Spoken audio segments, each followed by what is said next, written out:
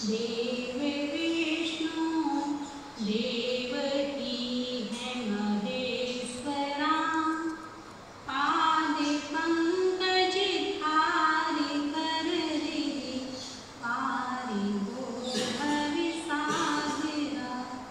गोविंद दर्शन नहीं गुरु बिन, नहीं संयम साधना, अटल होकर के मना, कर गुरु चरण आराधना। आराध्य देव की चरणों में वंदना। उपस्थित धार्मिक सभासद, पर्युषण पर्व का दूसरा दिन स्वाध्याय दिवस।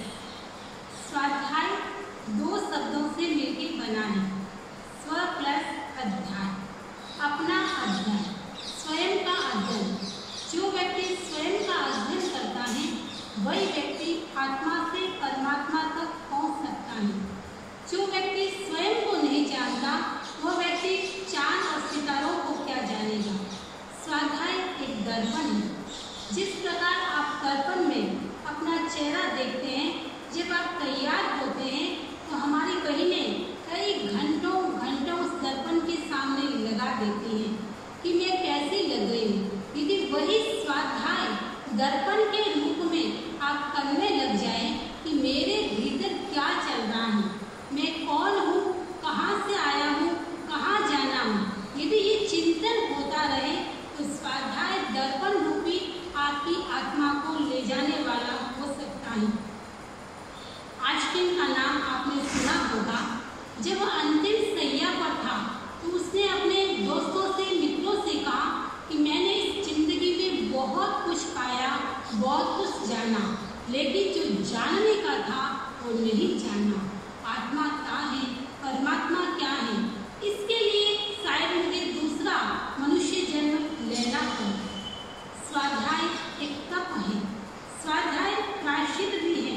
भगवान महावीर ने 12 प्रकार से तप बताए हैं, उसमें स्वाध्याय को मुख्यता दी है कि जो व्यक्ति स्वाध्याय करता है वह व्यक्ति अपने कर्मों के बंधन को शिथिल कर लेता है। स्वाध्याय के 5 प्रकार होते हैं, वाचना, तृष्णा, परिवर्तना, अनुप्रेक्षा और धर्म कथा। वाचना का मतलब है कि पढ़ना, चिंतन करना।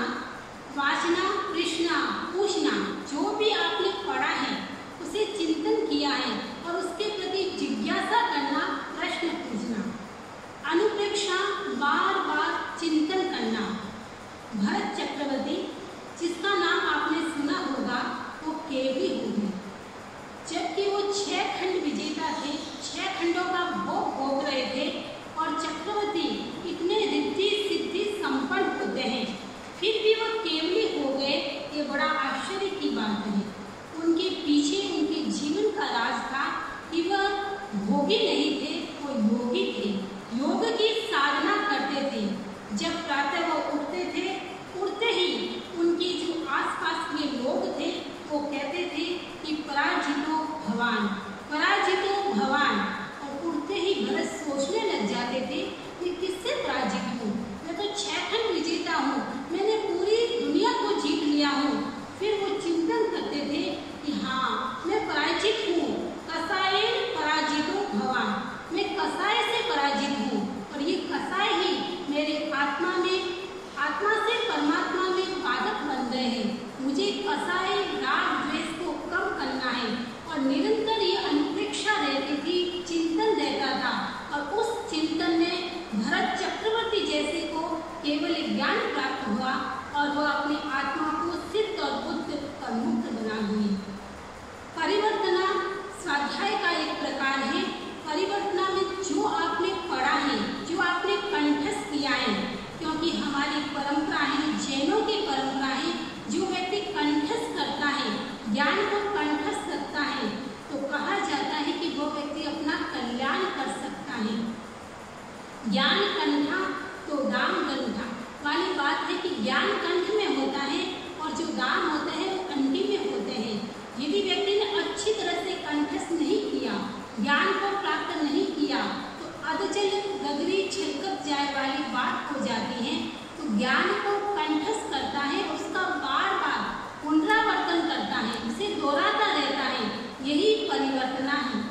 धर्म कथा स्वाध्याय के अंतर्गत कहा गया है कि धार्मिक कहानियाँ जो हमारे 63 सलाका पुरुष हुए हैं, 24 तीर्थंकर, 12 चक्रवर्ती, 9 वासुदेव, 9 बलदेव और 9 पति वासुदेव, इनकी कहानियों के माध्यम से व्यक्ति स्वयं के भीतर चेतना को जागृत कर सकता है और अपनी आत्मा का कल्याण कर सकता है।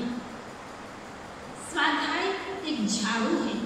आप घर की सफाई करने के लिए जिस प्रकार झाड़ू का उपयोग करते हैं, घर में जब बड़ा कचरा आया है तो वह स्वाध्याय रूपी जिस प्रकार आप घर के मकान के लिए झाड़ू का उपयोग करते हैं, वैसे ही अपने भीतर इस प्रकार का झाड़ू जो आपके भीतर क्रोध, मान, माया, लोभ है, वो आप प्रतिदिन स्वाध्याय करेंगे तो स्वाध्याय से आपकी चेतना निर्मल हो जाएगी। अब श्रावक लोग हैं, वह आगम का स्वाध्याय नहीं कर सकते हैं, तो कम से कम जो हमारी गीतिकाएं हैं उनका स्वाध्याय भी कर सकते हैं। जो अनुकूल भी आप फेरते हैं, उसमें भी आपने अमृत कलश में कभी देखा होगा कि एक अनुकूल भी दी हुई है, धम्मो मंगल मुक्तिर्थम अहिंसा संयमो तवो देवा गीतम नमः संधि जस धम्मे श्रेयामि। इस अनुकूल भी को आप फेरते हैं तो आपका लगभग 700 गाथाओं का स्वाध्याय हो जाता है। इस प्रकार आप अनुकूल भी फेर कर भी आगम स्वाध्याय कर सकते हैं। और जो व्यक्ति आगम स्वाध्याय करता है वह व्यक्ति अपने जीवन का उद्धार कर लेता है। हम ज्ञान करते हैं, किसके लिए करते हैं? अपने लिए करते हैं। जब आप कोई वस्तु पढ़ते हैं तो आप स्वयं के लिए पढ़ते हैं। उस समय आपका स्वार्थ होता है कि मैं कुछ हासिल करूं, मैं कुछ प्राप्त करूं। लेकिन जब आपने ज्ञान प्राप्त कर लिया और उसके बाद उस ज्ञान पर चिंतन किया, मनन किया और करने के बाद उस ज्ञान को आप दूसरे के सामने बांटने लग जाते हैं, तो वो ज्ञान आपका परार्थ हो जाता है। और वो परार्थ ज्ञान तिन्नानम तारीम का काम करता है, स्वयं भी करता है और दूसरे को भी कराता है। जब ज्ञान स्वार्थ और परार्थ से ऊपर उठ जाता है तो वह ज्ञान परमार्थ बन जाता है। और जो हमारी मंजिल है परमार्थ तक पहुँचने की, तो स्वाध्याय के द्वारा हम परमार्थ की मंजिल तक भी पहुँच सकते हैं। तो हमारा ज्ञान केवल स्वार्थ ही नहीं हो, हमारा ज्ञान परार्थी हो और वही परार्थी ज्ञान हमें परमार्थ की दिशा में ले जाने वाला हो। एक बार एक मुनि स्वाध्याय कर रहे थे और वहाँ पर एक वृद्ध व्यक्ति बैठा था और उस व्यक्ति ने मुनि को देखा और देख करके उनके प्रवचन को सुना और उन्हें वैराग्य भाव जागृत हो गया। वह काफी उम्र का व्यक्ति था और उसने उस समय जो गुरु थे वृद्धवादी के पास आया और कहा कि मैं दीक्षा लेना चाहता हूँ। उसकी भावना को परखा, देखा और आचार्य वृद्धवादी ने स्वीकृति दे दी। जैसे ही स्वीकृति दी और वो बड़ा खुश हुआ, उसने दीक्षा ले ली। दीक्षा लेने के बाद उस व्यक्ति का नाम रखा गया मुकुंद मुनि। अब मुकुंद मुनि ने जब संतों को देखा कि संत स्वाध्याय करते हैं, बड़े जोर जोर से करते हैं, मुझे भी स्वाध्याय करके अपनी आत्मा का कल्याण करना चाहिए। और मुकुंद मुनि भी स्वाध्याय करने लगे।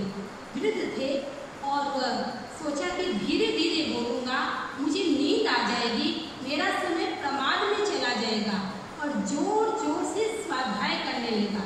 अब मुकुंद मुनि ने ये नहीं देखा कि दिन है या रात है, जब मन चाहा स्वाध्याय जोर जोर से करने लगा।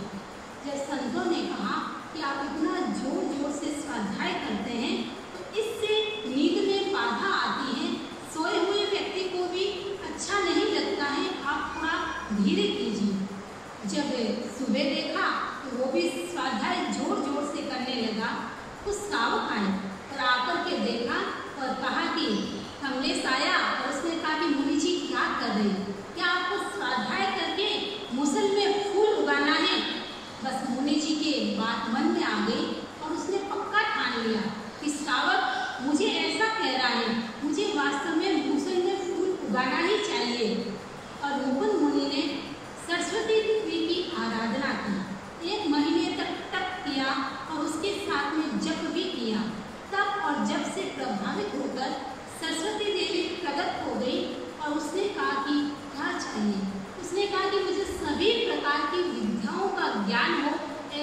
वरदान चाहिए। सरस्वती देवी ने कहा सर्व सिद्धो भव, सर्व विद्या सिद्धो भव, और सब प्रकार की विद्या का वरदान देकर सरस्वती चली गई। अब मुकुंद मुनि एक दिन जब श्रावक आए तो चौराहे के बीचों बीच बैठ गए। श्रावकों ने देखा भीड़ जमा हो गई, ये मुनि क्या कर रहे हैं। उन्होंने अपने हाथ में एक लकड़ी का ठूंठ लिया और उस भूमि पर गाड़ने लगे। सभी देखने लगे ये क्या कर रहे हैं, कि मैं मुसल में फूल उगाना चाहता हूँ। और देवी के वरदान से उन्होंने उस ठूंठ पर थोड़ा सा पानी छिड़का और छिड़कते ही वहाँ पर मुसल में फूल उग गए। तो ये भी मुकुंद मुनि की स्वाध्याय क्रिया था। जब व्यक्ति इस प्रकार का स्वाध्याय करना शुरू हो जाए, मन में यदि तड़पन पैदा हो जाए, तो व्यक्ति स्वाध्याय के द्वारा अपने कर्मों के बंधन को शिथिल कर सकता है। आज स्वाध्याय दिवस है और स्वाध्याय दिवस पर आप गीतिका चितार कर भी स्वाध्याय कर सकते हैं, वक्तात्मक का भी स्वाध्याय कर सकते हैं, पुस्तक पढ़कर भी स्वाध्याय कर सकते हैं। कोई भी तरीका हो, लेकिन उसके साथ में यदि चिंतन मंथन मनन होता है तो उसके साथ अपनी आत्मा के द्वारा स्वयं का कल्याण हो जाता है। आप स्वयं स्वाध्याय के द्वारा सत्य को पहचान पाएंगे।